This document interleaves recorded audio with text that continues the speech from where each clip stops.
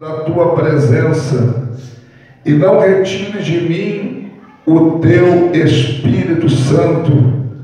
Torna a dar-me alegria da tua salvação. Sustém-me com um espírito voluntário. Amém? Feche seus olhos e vamos falar com Deus nesta hora.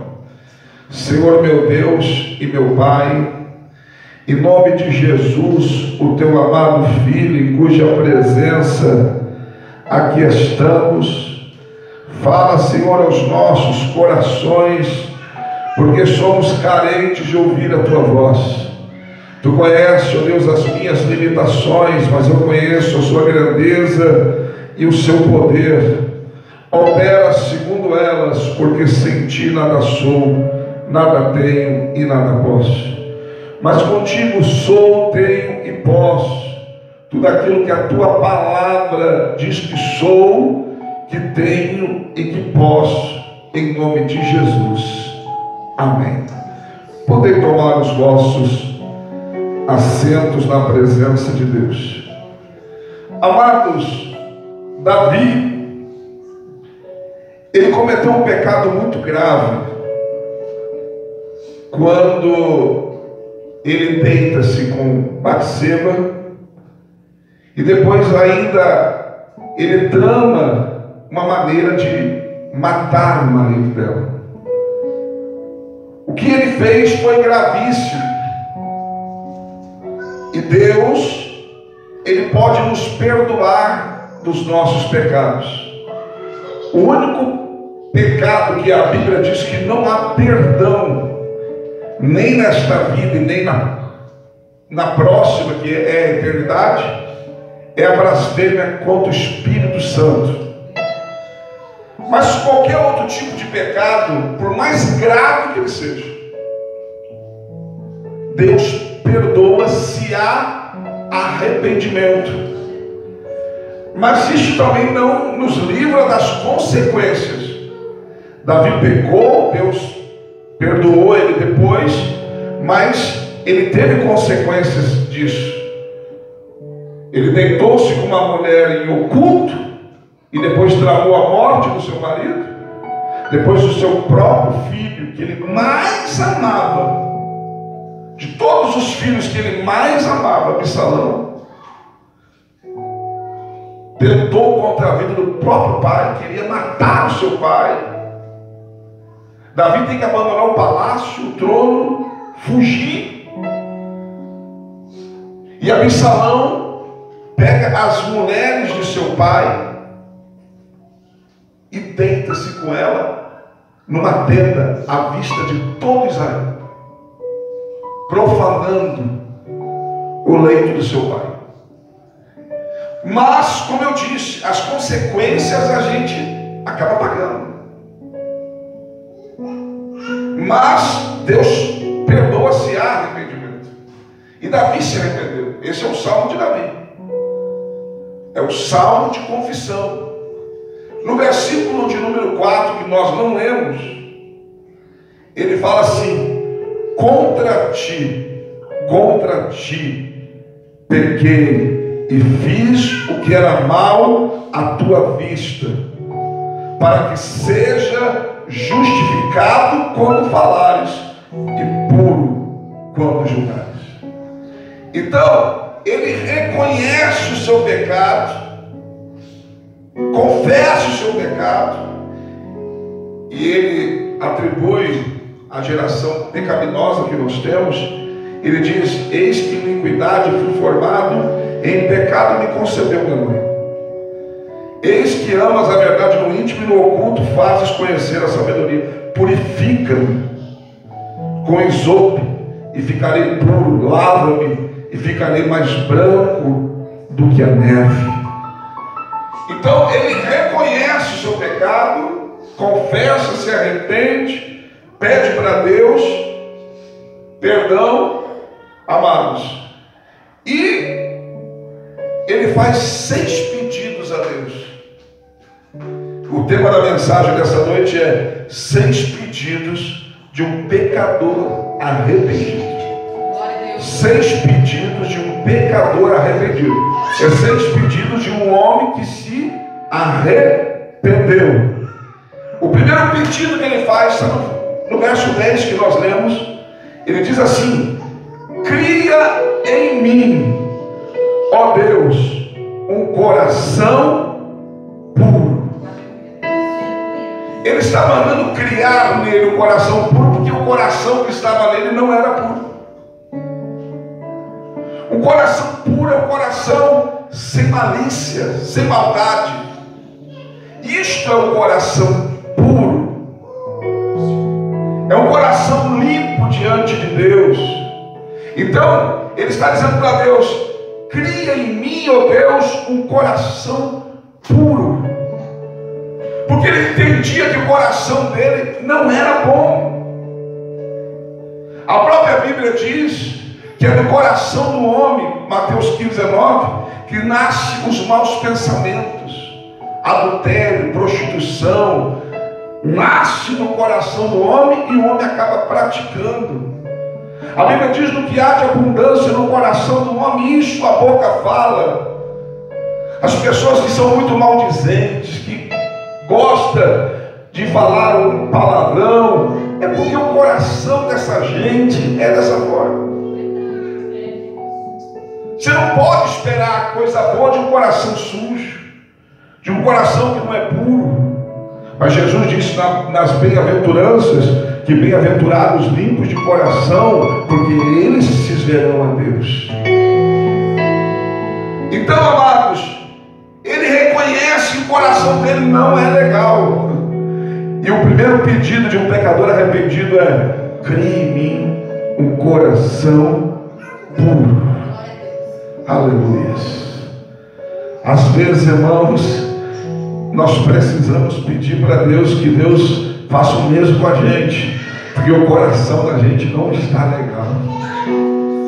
Aleluia. Então, amados, cria em mim um coração puro. É o primeiro pedido. Não havia nele coração puro, e ele quer um coração puro. Ele quer que Deus crie um coração, porque o coração que tinha nele não era bom. Tanto que coisas que ele tramou, que ele armou, né? Tantas coisas que Davi planejou de mal contra aquele homem, o esposo de Batseba. Mas o primeiro pedido foi um coração puro. Diga comigo, um coração puro. Coração puro. O segundo pedido que ele pede, o segundo pedido de um pecador arrependido, ele diz: e renova em mim um espírito reto. Eu quero que você observe que, por mais que o texto mencione 3 vezes a palavra espírito, só uma está em letra maiúscula, quando se refere a Espírito Santo. Esse espírito que ele está falando aqui, para Deus renova em mim um espírito reto, é o espírito do homem. O homem é corpo, alma e espírito. E ele está falando: renova em mim um espírito reto. Renova, porque ele já teve um espírito reto. Davi teve um espírito reto. Uma pessoa que tem um espírito reto é uma pessoa que age corretamente. É uma pessoa que tem a sua vida, amados, reta diante dos homens. Não tem nada que acuse, não tem nada que aponte para ele, porque é uma pessoa com retidão, uma pessoa que anda retamente, é uma pessoa que é reta diante da sociedade. E ele outrora foi dessa forma. Nós não podemos esquecer que este homem que pede um coração puro para Deus, criar nele e renovar nele um espírito reto, um dia ele foi aos olhos de Deus um homem segundo o coração de Deus. Mas para nós também entendermos e compreendermos que até uma pessoa que é segundo o coração de Deus pode mudar. Pode mudar. Então ele pede: renove em mim um espírito reto. Ele queria voltar a andar em retidão, ele queria voltar a andar retamente, ele queria voltar a ser correto novamente, porque uma pessoa correta não faria o que ele fez. Tanto que o profeta Natan, quando foi repreendê-lo, ele usa uma ilustração, nós podemos dizer até uma parábola. Uma parábola é uma história para ilustrar uma verdade. E o profeta Natan chega para o rei dizendo: ó rei, havia um homem que tinha muitas ovelhas, mas tinha outro que só tinha uma única. Ele criava essa ovelhinha como se fosse a filha, era a única coisa que ele tinha. Daí chegou, rei, um viajante na casa do homem rico, que tinha muitas ovelhas, e ele pega, manda buscar a ovelhinha daquele homem que criava como uma filha, a única que ele tinha, e ele mata para servir o seu convidado. Quando o rei ouve isso, ele diz: hoje este homem vai restituir várias vezes de volta o que ele fez, e ainda é digno de morte esse homem. Quando ele falou isso, o profeta olhou para ele e disse: você é este homem, quando você pegaste a mulher que não era tua e deitaste nela. Está entendendo? Então ele tinha um espírito reto. Outrora ele julgava com retidão, ele agia corretamente, mas agora a vida dele já não estava dessa forma mais, mas porque ele pecou. O pecado acaba fazendo que você não tenha um coração puro. O pecado faz que você não ande mais retamente, não tenha um espírito reto. Mas ele se arrependeu e ele quer que Deus renove nele o que ele tinha outrora.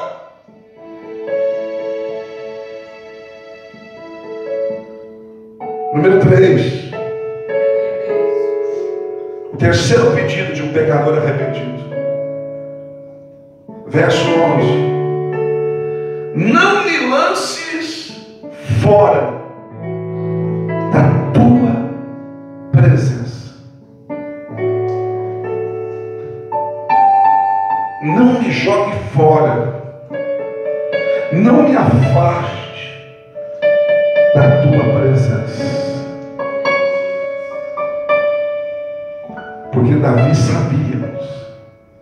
Se você ler a história do rei Davi nunca ia para a guerra sem consultar a Deus.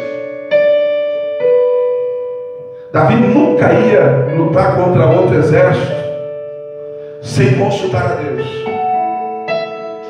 Quando algum exército se levantava, ele consultava a Deus: irei ou não irei? O Senhor dizia para ele: vá, porque eu sou contigo.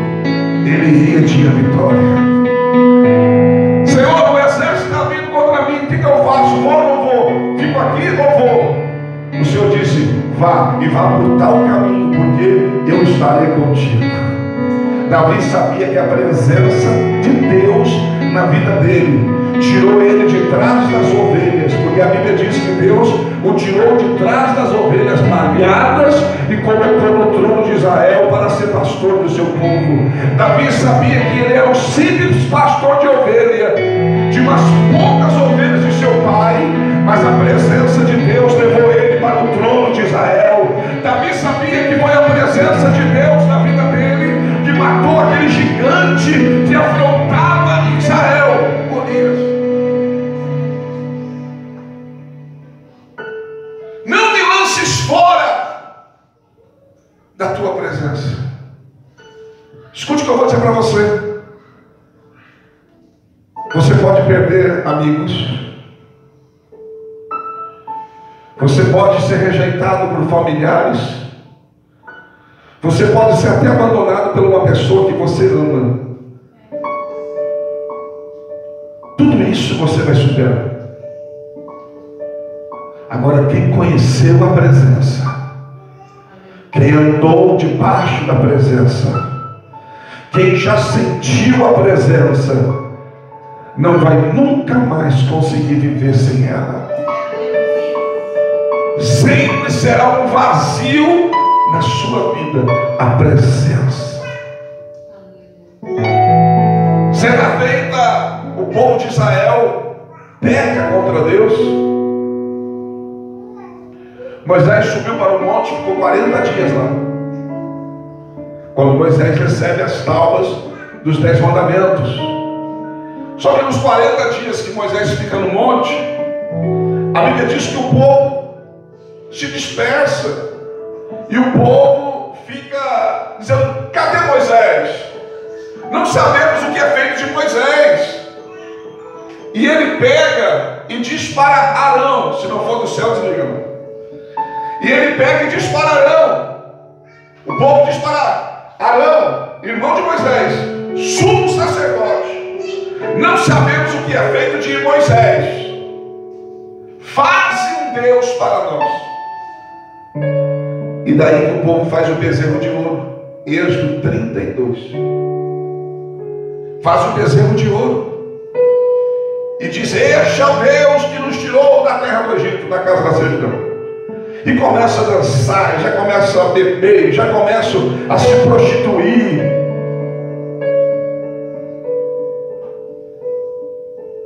Moisés está lá em cima do monte.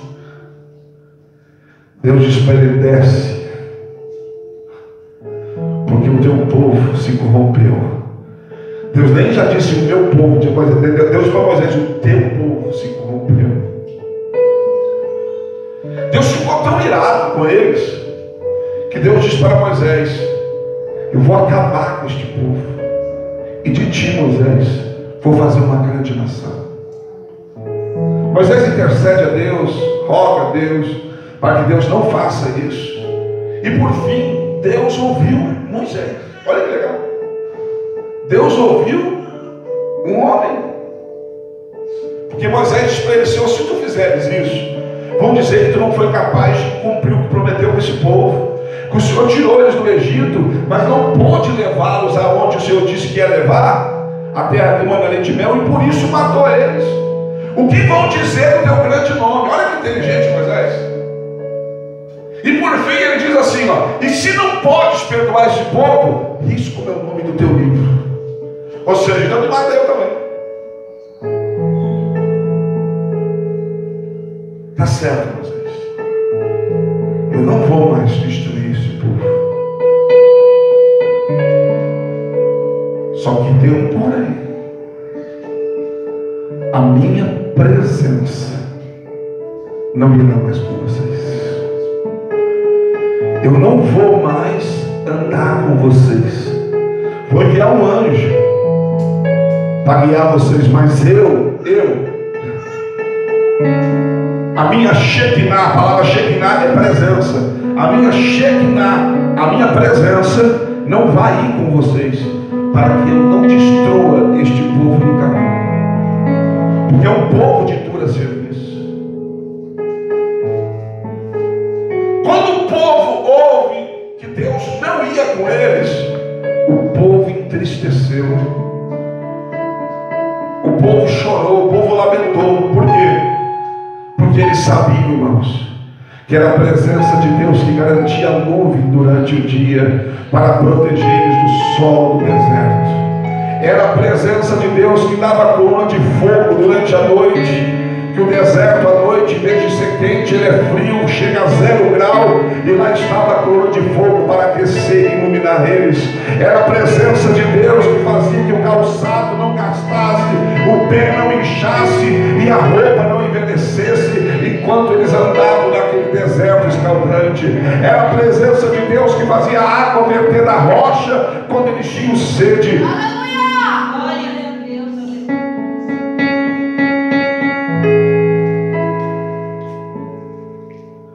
Hoje em dia, se você quiser dizer em alguns lugares,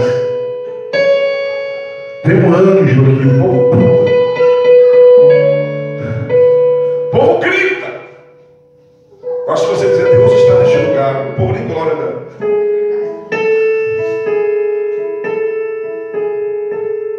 Moisés disse para Deus: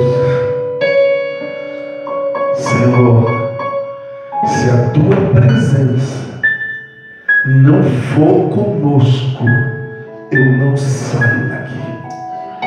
Ou seja, vou ficar acampado nesse mesmo lugar, não vou a lugar nenhum, se a tua presença não for conosco.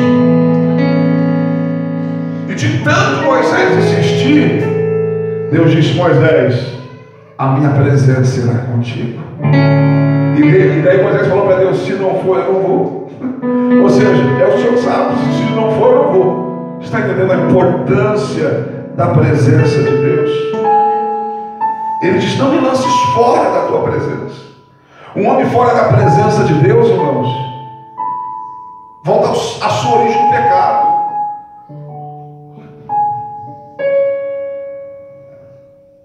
Primeiro pedido, um coração puro. Segundo pedido, renovar nele um espírito reto. Terceiro pedido, não me lances fora da tua presença. Quarto pedido, no verso 11: não retires de mim o teu Espírito Santo. Não retires de mim o teu Espírito Santo. A Bíblia nos mostra em Mateus 12, a partir do versículo 40,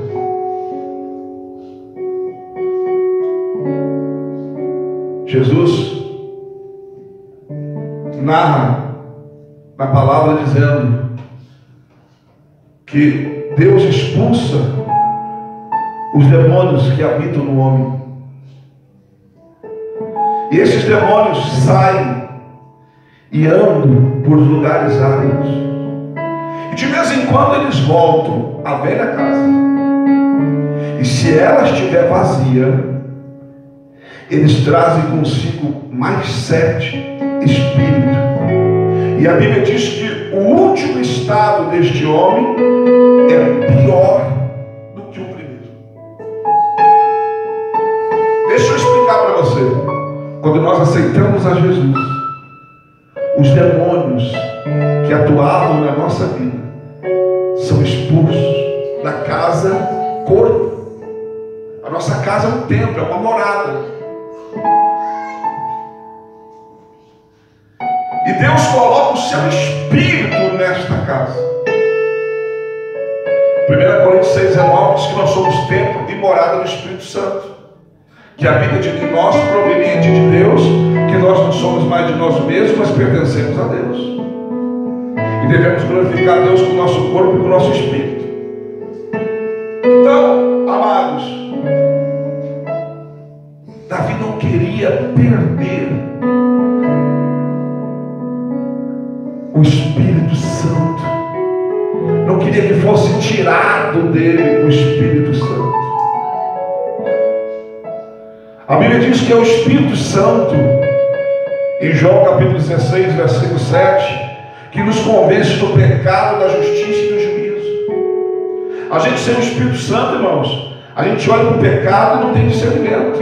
Mas se a gente tem o Espírito Santo, ele diz: isso é pecado, não peca contra Deus.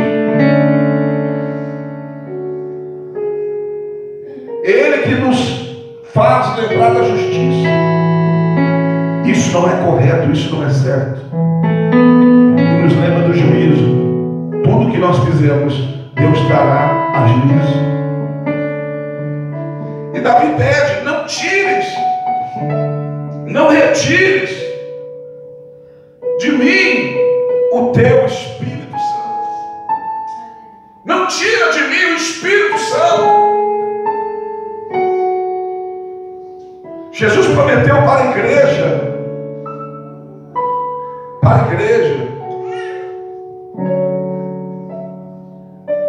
que o Espírito Santo, João 14,16, eu não vos deixarei órfão, eu vos darei outro consolador para que fique convosco para sempre. O Espírito da verdade que o mundo não pode receber porque não vê nem o conhece, mas vós o conhecereis porque habita em vós e estará em vós. Jesus disse: olha, eu vou para o Pai, mas não vou deixar vocês órfãos, não. Eu vou dar para vocês o Espírito Santo.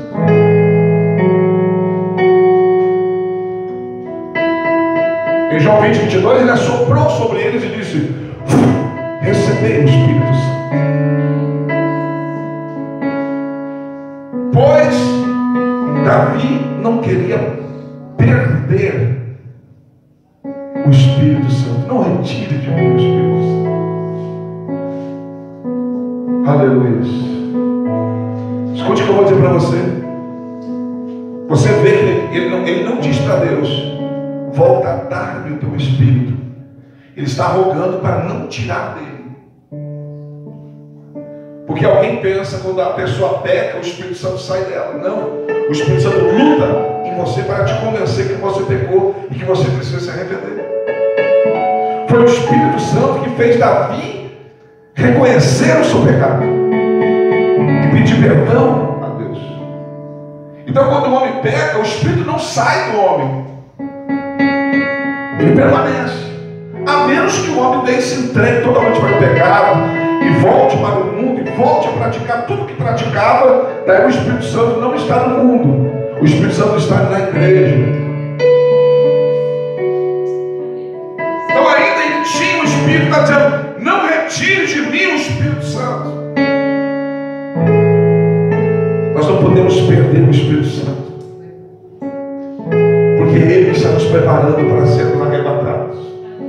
Ele que vai nos fazer ouvir o suar da trombeta. É Ele que vai, amados, transformar o nosso corpo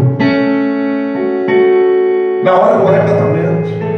Vai fazer que aquilo que é mortal seja imortal, seja revestido da imortalidade. Aquilo que é corruptível se revista da incorruptibilidade. É o Espírito Santo que vai fazer isso na hora do arrebatamento. Não retires de mim o teu Espírito Santo.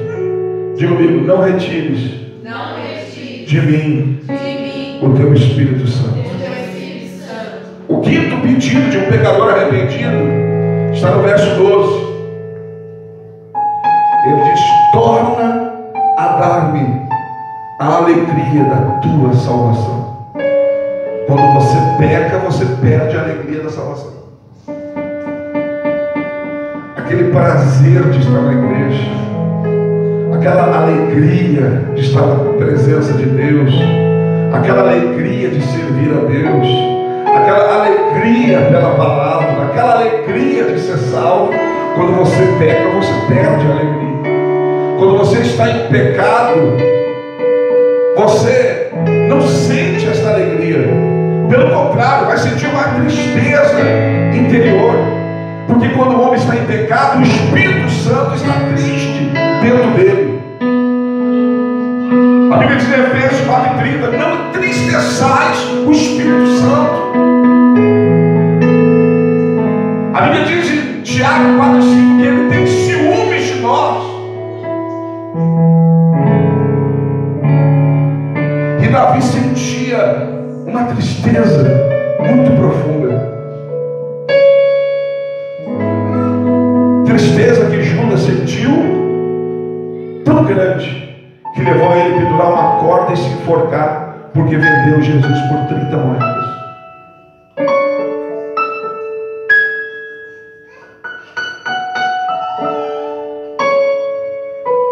Há muitas pessoas dentro da igreja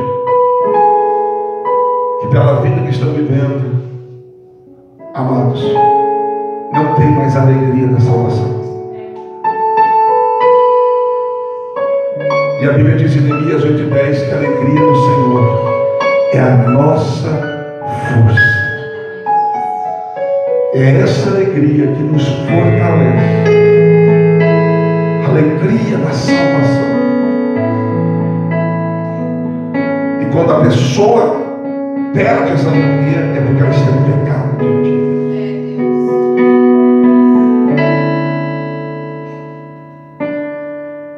Pecados que praticamos com os olhos. A Bíblia nos diz que pecamos com os olhos. A Bíblia nos ensina que pecamos com o pensamento. Nós pecamos com palavras e com atitudes também que nós tomamos. Mas há muitas formas de pecar. Há muitas formas. Então ele pede: torna a dar-me a alegria da salvação. Alegria que quando ele tinha diante da arca de Deus, Davi saltava, dançava, pulava, de tanta alegria que ele sentia, que até incomodava as pessoas que não tinham essa alegria.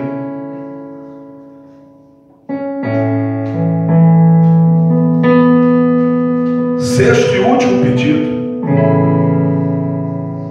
de um pecador arrependido: sustém-me com um espírito voluntário. A palavra sustém-me significa segura para que não caia, para que eu continue de pé, me segura para que eu fique de pé, com espírito voluntário. O espírito voluntário contribui para o desenvolvimento de uma sociedade melhor e mais solidária. Um espírito voluntário, irmãos,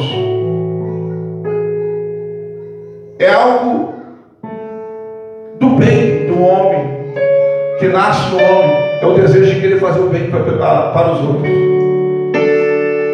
Não tem aquelas pessoas que vão ajudar em asilos, vão ser voluntários, em várias classes da sociedade onde precisa de ajuda, as pessoas se dispõem a ser voluntário.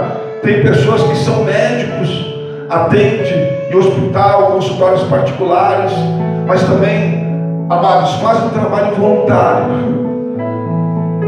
Ou seja, eu fui abençoado, eu fui bem sucedido, e eu quero retribuir para a sociedade, eu quero retribuir para as pessoas que estão à minha volta, eu quero ajudar de alguma forma. É isso que Davi estava dizendo. Porque, amados, tem muitas pessoas pensando só em si próprio, egoístas, soberbas, que só pensam em si próprio, só pensam no seu umbigo, só pensam na sua própria vida e não está nem aí para os outros. Davi disse: não, eu fui chamado para ser rei, para cuidar das pessoas. E ele diz: segura-me para que não caia e eu continue ser uma pessoa voluntária. É isso que ele está dizendo.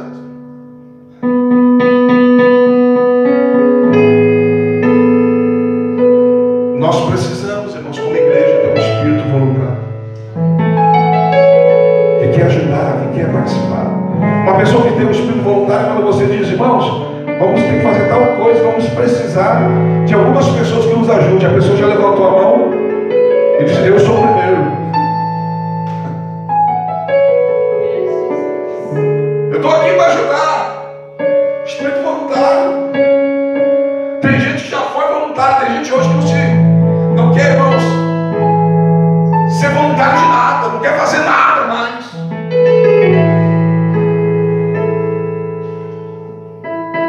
Antes se oferecia, agora foge.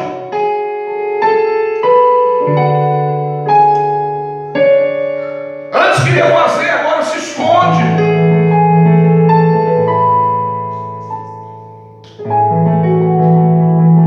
Nós não podemos esquecer que somos dependentes de Deus. Tudo que você tem foi Deus que te deu. Inclusive a saúde que você tem foi Deus que te deu. Não se esqueça que um dia a água pode bater, amados, no teu pescoço, e você vai precisar de ajuda. E é a Deus que você vai recorrer. E pode ser que recorra também a pessoas. E daí as tuas atitudes vão dizer se Deus vai te ajudar ou não vai te ajudar. As tuas atitudes vão dizer se as pessoas vão te acolher e vão te ajudar ou não vão te ajudar.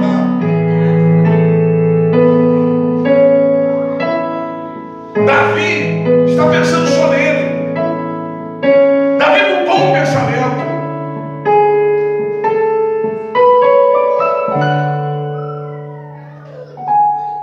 Ele diz: sustém-me, me segura para que não caia, para que eu continue de em pé,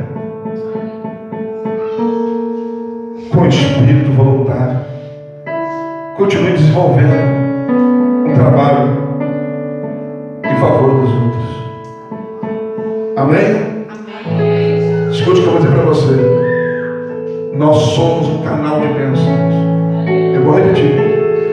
somos um canal de bênçãos. E tudo que Deus nos abençoa é para que nós abençoamos a outro. E para nós nunca vai faltar por abençoar alguém, por ajudar alguém. Não tem esse pensamento, porque Deus nos dá para compartilhar. Deus quer que nós nos preocupamos uns com os outros. A caridade de Cristo é essa, a Bíblia diz, que assim como Ele morreu por nós, que morremos uns pelos outros. O que significa isso? Que eu tenho que morrer por você? Não.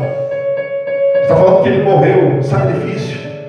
Que assim como Ele se sacrificou por todos, que nós temos que nos sacrificar um pelos outros também.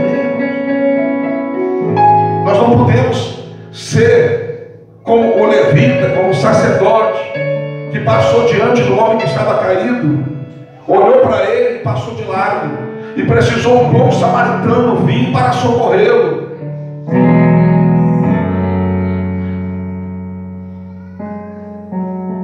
Se você é forte, Deus te deu força para carregar mais alguém.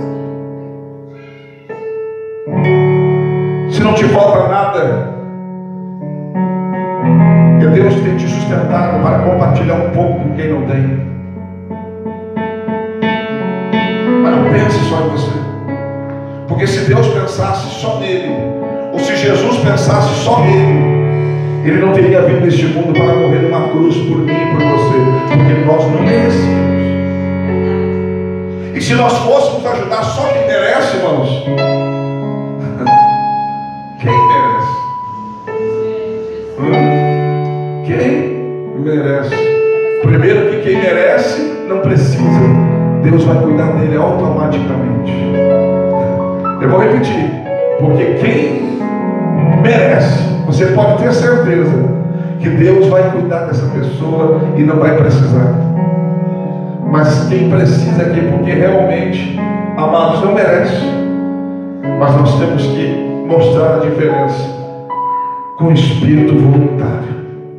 Amém? Glória a Deus. Que a gente possa guardar essa palavra e entender. Precisamos de um coração puro. Precisamos de que Deus renove constantemente nós um espírito reto. Porque senão aquilo que era errado para nós, de repente começa a ser certo. As pessoas vão mudando, aquilo que era errado passa a ser certo. Precisamos constantemente pedir para Deus não nos lançar fora da sua presença. Nós precisamos da sua presença. Precisamos saber que Deus está com a gente. A presença de Deus nos dá segurança, confiança. O salmista diz no Salmo 23, verso 4: ainda que eu andasse pelo vale da sombra da morte, não temerei mal algum, porque sei que tu está comigo.